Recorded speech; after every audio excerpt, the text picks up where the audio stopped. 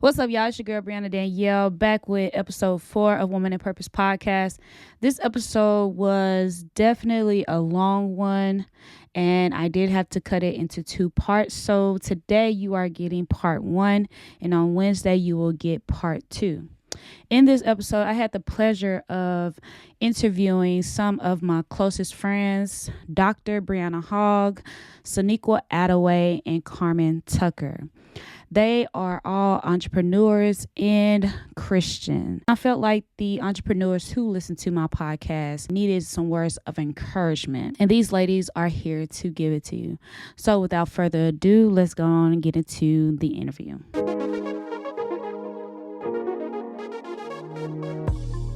How y'all doing? What's up, Boss Queens bunch? What's good? What's good, twin? What's goody? What's goody? I am so excited that y'all are on the podcast. Like, this is what? So excited my friends are on the podcast with me. Ooh. Yes, ma'am. It's the Boss Queen.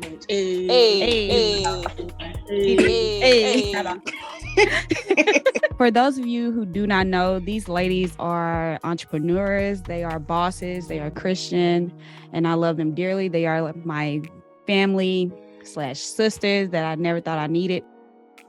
And I just wanted them on the podcast because I think that we could all learn something from them as far as entrepreneurship. And I know that it's a lot of people who listen to the podcast who are entrepreneurs and who feel that they can't be a Christian and an entrepreneur at the same time because, you know, some things that they deal with on a daily basis. But we have 3 lovely ladies here that can give us insight on what it's like to be a Christian and a boss at the same time, given the circumstances that they probably go through and whatnot. So ladies, one at a time, I want you to introduce yourself, tell us about your business, what is it about, things of that nature. Anyone can start. I guess I go first then. All right then. So my name is Dr. Brianna Hogg. CEO and founder and owner of Boss Hogg Productions. I'm definitely excited because I have the opportunity to be able to provide spaces for our local small businesses in our communities, and also be able to give back to the community as well through those events. Much of what I do is mostly like pop-up shops.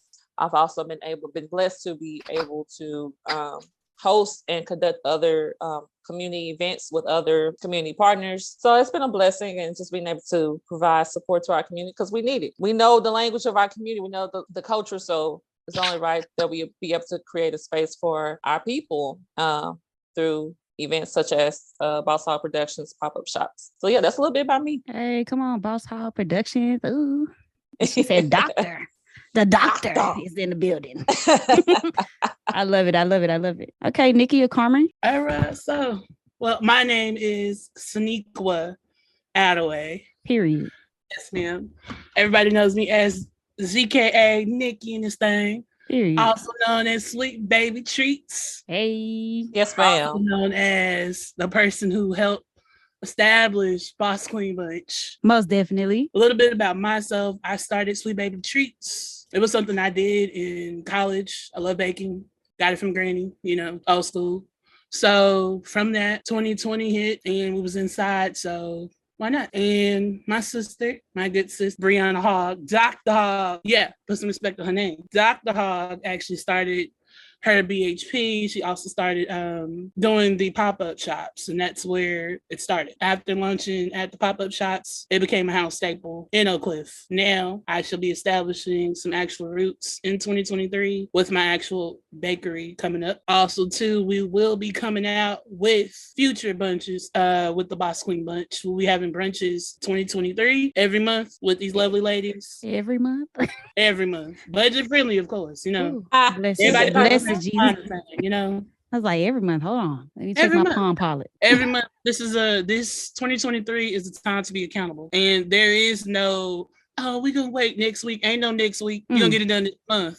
Period. Everybody's going to have their own accountability partner. Everybody's going to be able to elevate. 2023 is elevation year. We have slept 2022 off. Tired. Everybody Everybody done went through something in 2022. It's time for us to rise above all these, everything that's been deferred is going to come to in 2023. Okay. Straight facts. Period. So whatever you got going on, what you say you're going to put off for another 2 years, no, baby. 2023 is your year. It's time to elevate. Don't put off what you can do today. Okay. Get it done. Nikki, I feel like you coming at me, but you talking about what you talking about? Like, come on, Reverend Adaway.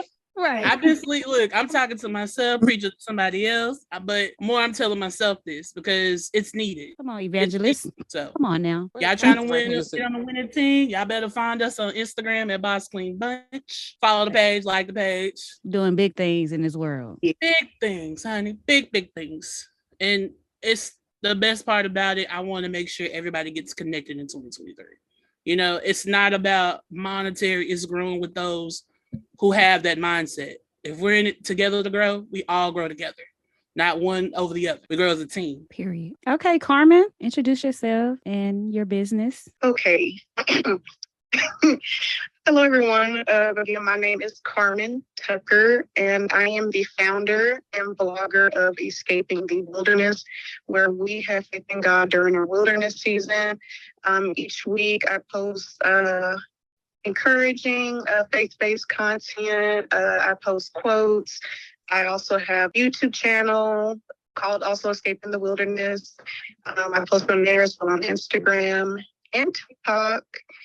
I also have 40-day faith journey or journal that's available on Amazon, and as well as I just launched some apparel for the brand as well for fall/winter season. It is getting a little bit chilly outside. So definitely want to make sure, y'all get stay warm and whatnot. And just for presenting the brand and, how you express, it will allow you to express your faith in God during the wilderness season. So I believe that's all I have. All right now, Karmen, Escaping the Wilderness. Okay, ladies. So now that we got the introductions out the way, I do have a couple of questions for you because, again, like I said, it's a lot of entrepreneurs that listen to this podcast. And so your first question, and anybody can answer this question at one time, or multiple people at one time, and it doesn't matter. Okay. So how did you start your business? Like, what was the foundation startup for your business and why? I started Sweet Baby Treats in 2020, but I come from a background of baking. I baked with all of my grandmothers before they passed, and my mother. They all taught me how to bake. It was one bad breakup sophomore year in college that led to me baking 96 cupcakes, and it started there by myself. 96? 96 cupcakes in Stark Hall in that little kitchen. Yes, ma'am. Girl, I baked. I should remember the number. Baby, right. She remembered the number. 96 cupcakes? Bad breakup, and I made 96 cupcakes. And the only reason why I remember it was 96 is because I was distributing to everybody that walked by. That'll do it. Everybody. And then that'll do it. God, so good. What you put in this? My foot? I'm not telling you my recipe. I put my foot in it, but want to put your foot in somebody else, but you did it in the cupcakes. Right. Look, I did it in a baking sense. Okay. You put it in the cupcakes. We here. This is why we sister. But I did it from the started there, and it kind of launched a little bit more in 2020. I took a chance and started selling cookies at $2. And then also, y'all know what's going down right now. I always do a cookie drop every month.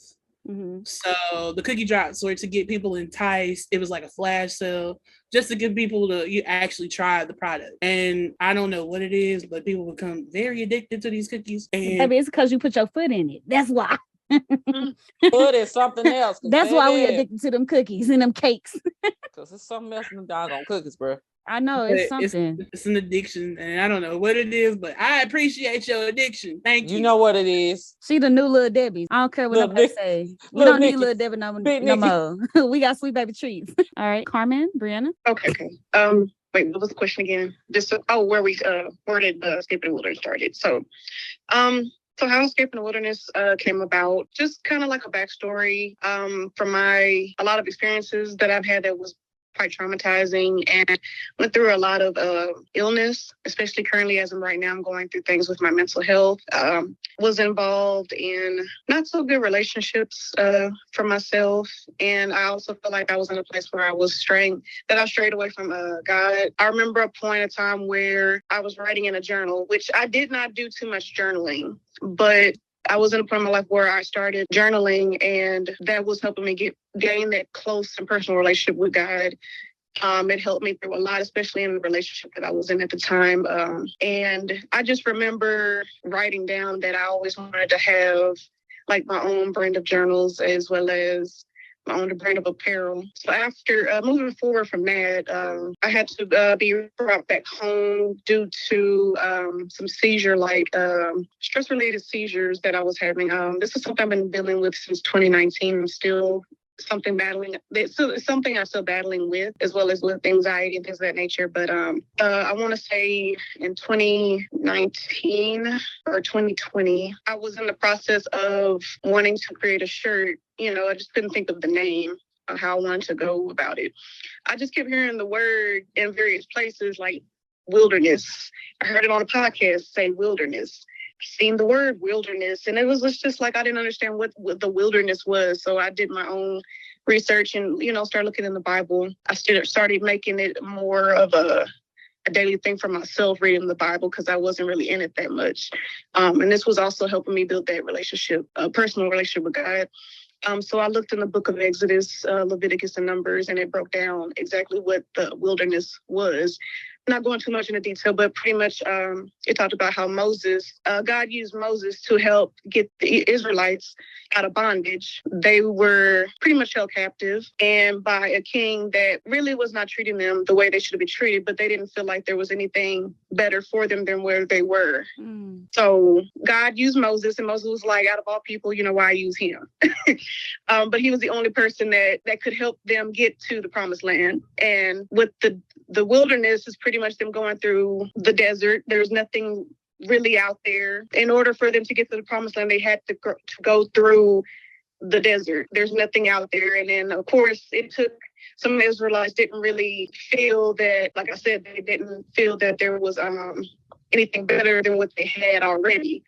But it took them some time to realize, yes, they got to go through all these trials and tribulations within this. God had to show them that, what you had there is nothing compared to what's on the other side of the wilderness. And so, come on, evangelist. So after doing that, my own research and to understanding that more, that's where escaping. But I didn't know what I wanted to, like what was going to come after escaping. So that's where the word wilderness came from, escaping the wilderness. And then I went along with it, and I started off doing my own vlogs. This was back in July of 2020 when I first started. Never thought I would be doing videos of recording myself and posting them. I was really nervous the first time I did it. But over time, it's become like something like that's just truly a part of me. I'm very passionate in what I do. Like, regardless, like I had to realize about myself, like it may not be for everyone, but it will be for somebody out there, that's willing to receive the messages that I put out there. And all I do is strive to help others that may be going through wilderness season, just like me, whether it's similar situations or something that they may be going through that I haven't went through, but they still need that encouraging word and to have their faith in God while they're in their wilderness season. And looking to see what God has much more in store for the brand, and just planning He's continue to allow to use me as a vessel to help and serve His people. So I love that. Come on, yes, snap it up. All right, Miss Bree. Yes, come on. I was using my journal earlier. Okay. Oh shoot. Okay, so BHP Boss Hog Productions was actually birthed from the pandemic. Kind of a twofold. One, seeing the need in your community. Of course, we see the rise of so many small businesses because one, a lot of people were getting either laid off, furloughed, fired, just unemployed, everything in the book. And so we start seeing the rise of a lot of Black-owned small businesses. And one of the biggest questions that I saw on social media a lot is looking for venues, looking for places and spaces to be able to share their product to the community. Mm-hmm. So that was one. Also, two was kind of another opportunity for me to start more a stream of income, which was very helpful. But more than anything, it was also a way to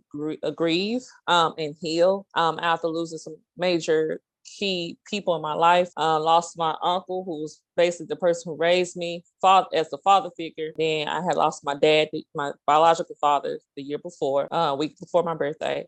Mm-hmm. And so it was definitely a heavy journey. In addition to dealing with school, dealing with grad school, dealing with the PhD program at Southern Methodist University. So it was so much going on. But I was like, how can I use what I'm good at, which is organizing, planning, and coordinating events, network with people? How can I bridge all that together and bring the community together? And that's where BHP was born. And first pop-up shop was phenomenal. We had, for that year alone, 2020, we probably had over 80 vendors signed up. Over 80 that signed up. And so it was great. And now to see many of those vendors and those small businesses have flourished. I mean, there are some now that have been vendors at the State Fair of Texas. There are people now that are getting public attention. Nikki just highlighted she was actually one of the first ones to sign up. Talk your stuff, Period. The first one to sign up, and now just to see all the great things that she's doing. Even her love and support for my alma mater, South Oak Cliff High School, the school that's rating 2 times state champion. Yeah. You know, so 2 times state champ. 2 times, baby, 2 times. So yeah, I mean, it's been a blessing. And then also more than anything, being able to give back to my school. Listen, if you're a grad school student, you know that we are most probably the brokest students that walks that campus. Mm-hmm. And so this was also a way for me to be able to give back to my school. So my first year doing BHP pop-up shops, December, I was able to be able to bless my school with $1,000 donation. Come on. Thanks to those pop-up shops. So, and those vendors were coming out. So again, it's just about serving the community. That's what BHP is all about. Always has been, always will be. Even this past year, I was able to bless a student with a $500 scholarship. Ooh. So we working. How do I sign up? I'm a grad student. Right, see that part. Look, if I need a scholarship, see, baby. So it's been being able to give back, to serve the community. That's key right now for BHP. That is the bloodline. That is the heart line of BHP, is serving the community, and that's just who I am as a person. I love serving my community. It gives me joy. That gives me happiness, especially in the midst of all the things that's happening around me in my life and everything. Just being able to put some smile on people's faces in the midst of the chaos, and being able to give God glory in the midst of all of that. So yeah, it's BHP is out here doing the work, baby. We out here doing big things, period. Put on for her city. That's what she do. She put on for her city, period. You know, in the hood. What you talking about? She in the hood. Not the projects, but the hood. Put it in his face. Get that stuff understood. We can't say the other part, but you know. So my next question, and either one can start off with the answer. How do you push through your doubts when it comes to your business? Because I know each of us go through our doubts. I know personally I go through a lot of doubts because y'all know I'm usually the one that's in the background, and I never really put myself out there. It's like y'all putting me out there and telling me to go for it. And, you know, sometimes I be scared, but I go for it because I got y'all as my encouragement, and then my family has my encouragement as well. But just for like your sales, your marketing, you doubting what people might say, what people might think, how do you push through those doubts? All right. So I think the biggest thing I always tell people is, what's your why? I think that's always going to be key, is what's your why? What makes you what motivates you to get up every morning to do what you do? Like, yeah, I get it. This season, and Nikki mentioned it earlier, this season has been hell for a lot of people. And I know crazy thing is we all had agreed to do a fast. And like literally since that fast, I mean, like every last one of us was getting hit. Mm-hmm. And the thing that God continued to pour into me was my why. and also using those moments to grow in my faith. So instead of asking myself why me, I started asking myself, what do you want me to learn in these moments? Because that's what shifted my perspective of a lot of things that was happening in my life. It's still hard. You got to remind yourself that daily. It's not just going to happen. Woo, yay, cheerful. Let's go to work. There'll be days where you will just be like, man, forget it. I don't feel like getting up out of this bed. It is what it is. I know what I'm supposed to do, but God, I'm just exhausted. I'm fatigued. I don't feel like moving. But when that why hits you in your head, and you be like, okay, you know what? Let me get up and get it moving. Because if I don't do it, who else gonna do it? That's one of the things that I had to kind of push myself to understand is remember my why, and also just prayer is key. Is vital for everything that you do, and it's the core to, I think, for all of our businesses and our foundations, our organizations. Is key. It's vital. If we don't have prayer as the center of any of our businesses, it's going to fall apart. So that's some of the few tips that I recommend, especially when you're going through hardships. Is remember your why, keep the faith, and stay prayed up, and never be steered wrong. Follow those tips. No, that was a mouthful. Anybody else want to go? Because that was a lot. I mean, it was good stuff.